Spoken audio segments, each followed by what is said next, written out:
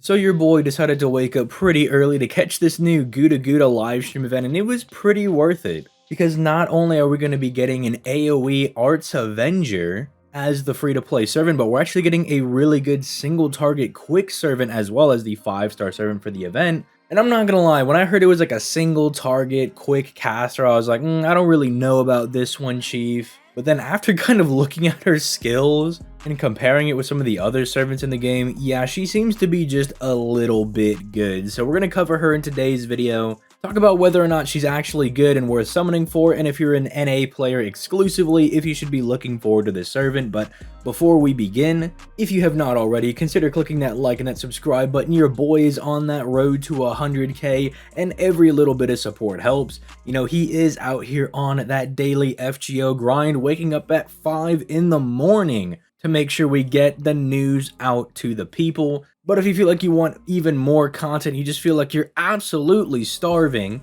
well, I stream every weekday over on my Twitch. That is linked down in the description down below. You can check the schedule over there to see when I stream in your local time. You can also click that join button and become a channel member, where I will have extra content coming out. In fact, the Gouda Gouda 5 challenge quest video should be going up for channel members within the next couple of days. I just kind of need to like get the video edited down. But yeah, with that being said, let's go ahead and talk about the new premium, actually probably the only single target quick caster we have in the game, and how good she is. So first and foremost, let's go ahead and talk about her hits. Now, for a caster, her hits are a little odd because most of the time, casters are packing a triple arts deck, if not at least a double arts deck, but because she's a quick single target caster who is not worried about supporting people in the party and is not worried about spamming her NP in the traditional arts sense, she's got a 2 quick 2 buster deck with 1 arts card, which actually should be pretty fine because of how powerful her quick cards are and some of the things that she has in the back pocket, as well as her NP gain being as high as 0.8%,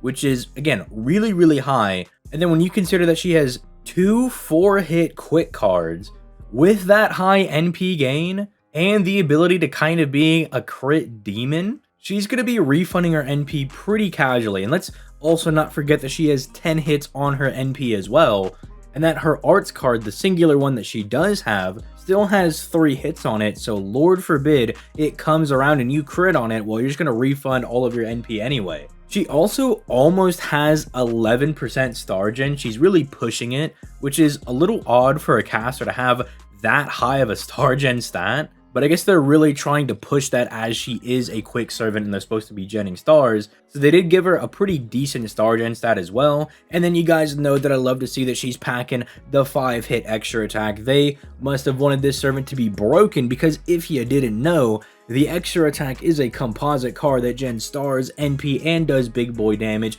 And with her really high natural NP gain stat, that extra attack is going to be looking pretty nice, especially if you use your append skill to buff it up by 50%. And also considering that, again, she has a pretty decent star gen stat at 11%, well, almost 11%. Again, it's going to be looking really good for both of those values, and it's going to really make her Brave Chains look really nice. But that's enough about the hits. Let's go ahead and start talking about some of her skills and what she actually does. Now, skill 1 is why I got a little worried with this servant, because I saw that she's kind of like a hybrid quick and buster type servant, and I've seen servants like Okita Alter who kind of flopped on release, and despite being really popular, did not perform as good as we all thought she was going to do, and it kind of needed a few buffs to then start getting her going. So I was kind of worried we would have another Okita Alter situation where they try to make a quick buster hybrid servant and they kind of flop on release and have to like retroactively fix them later. But thankfully,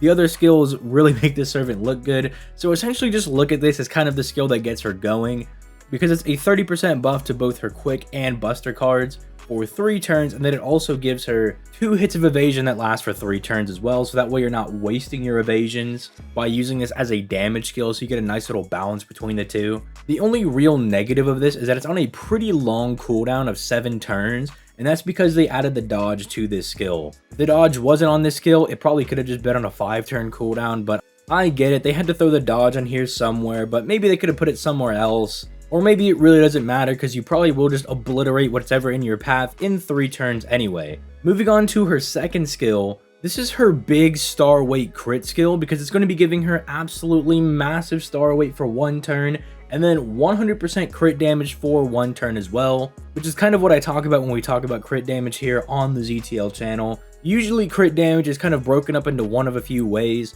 It's either like 50% crit damage for 3 turns or like 100% crit damage, but it's limited in some way. Like you only get it for 1 turn or you only get it for like 3 hits for 3 turns. This is a good example of that, where she's getting the big star weight and then the big absolute massive crit damage for that turn. And then she has a nice little effect on top of that where if she crits an opponent while this skill is up, she actually lowers their defense by 10%. So she's getting a little bit of extra damage, and this is compiling with her other buffs as well to really multiply in to give her extra damage. So really, you can pop this on the turn that you want to do an NP, maybe lead off with a crit card. You get that little bit of extra damage by lowering the enemy's defense, then just really smacking them with the NP. Or if you feel like that's too much work, you can just NP and then follow up regularly and have that extra attack do super massive damage after you've just destroyed their quick resistance, which we'll get to in a little bit, and you've also lowered their defense with the second skill. But I don't want to keep you guys waiting. Let's go on to skill 3. Now, this one is actually a little interesting as well because it's a targetable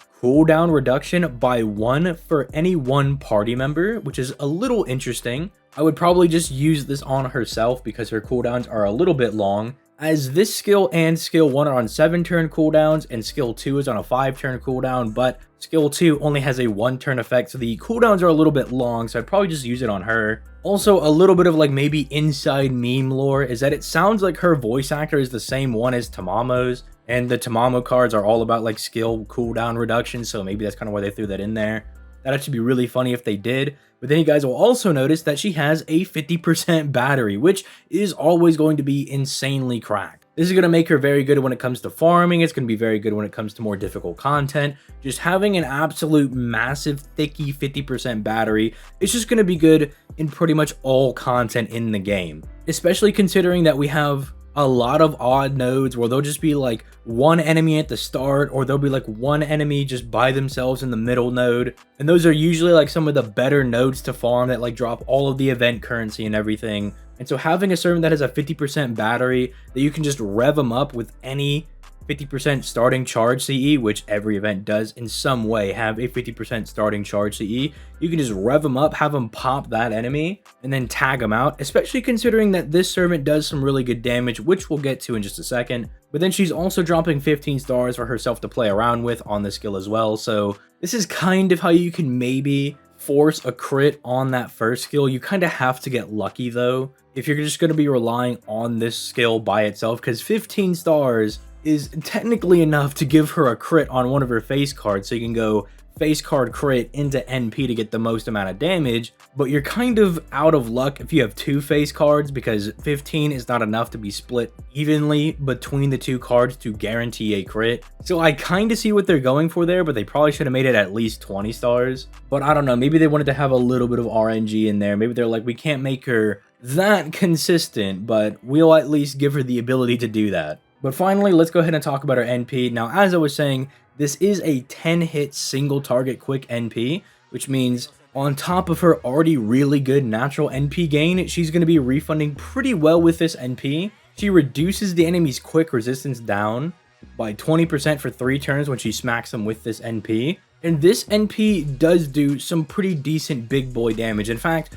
when you're looking at single target casters, she is only out damaged by Ilia. Now, if her overcharge pops up where she gets special damage against demonic enemies starting at 150% going up to 200%, she massively blows up all the other single target casters. They're not even close, dude. She's at like 110,000 neutral, which is absolutely insane. It's what you would expect from having a good damage mod. And as you guys would know as well, a lot of the servants that we've been covering over the past couple of days and past couple of weeks have had this same special damage mod, and you should know by now that this is a very good special damage mod to have, because a lot of enemies and a decent chunk of servants fall into the demonic category. So it means you'll actually get to see this special damage mod be useful quite often. And considering that her NP damage is already pretty good as is. I mean, having Ilya be the only single target caster that beats you out is pretty good, considering that Ilya is basically a tactical nuke. That is some pretty good company to be in. But then being able to massively outdamage her whenever there's any demonic enemy, and considering how common they are, is also a pretty good thing to have. For those wondering how hard she's gonna hit, like maybe you need like some other servants as reference, she hits a little bit harder than people like Okita and Kama, so those are probably some more common servants that you guys have probably used or have more experience with. And so saying that she's barely out damaging servants like that is probably a better reference for how hard she's gonna be hitting. So yeah, second highest damaging single target caster without her damage mod, and is slightly out damaging really good commonly used single target quick servants like Okita and Kama, so she's in pretty good company. Now, is this a servant that I would say you gotta absolutely must summon for? I'm actually gonna say no, unless you have someone like Scotty to really make the servant look super pretty. You're probably just gonna default back to some of your other servants that you're going to be using, and that's just pretty obvious, right? Like, if you have Sanzo and Merlin, or you have Sanzo and Tamamovich, you're probably just going to use that combo instead of this servant by herself with really no support. Now, if you have Scotty, I would say the value for this servant goes up massively because she is really, really good. It's just a matter of, do you have the servants to make her look really, really good and kind of support her properly? And that's what I was saying towards the beginning of the video with some of her skill cooldowns being long.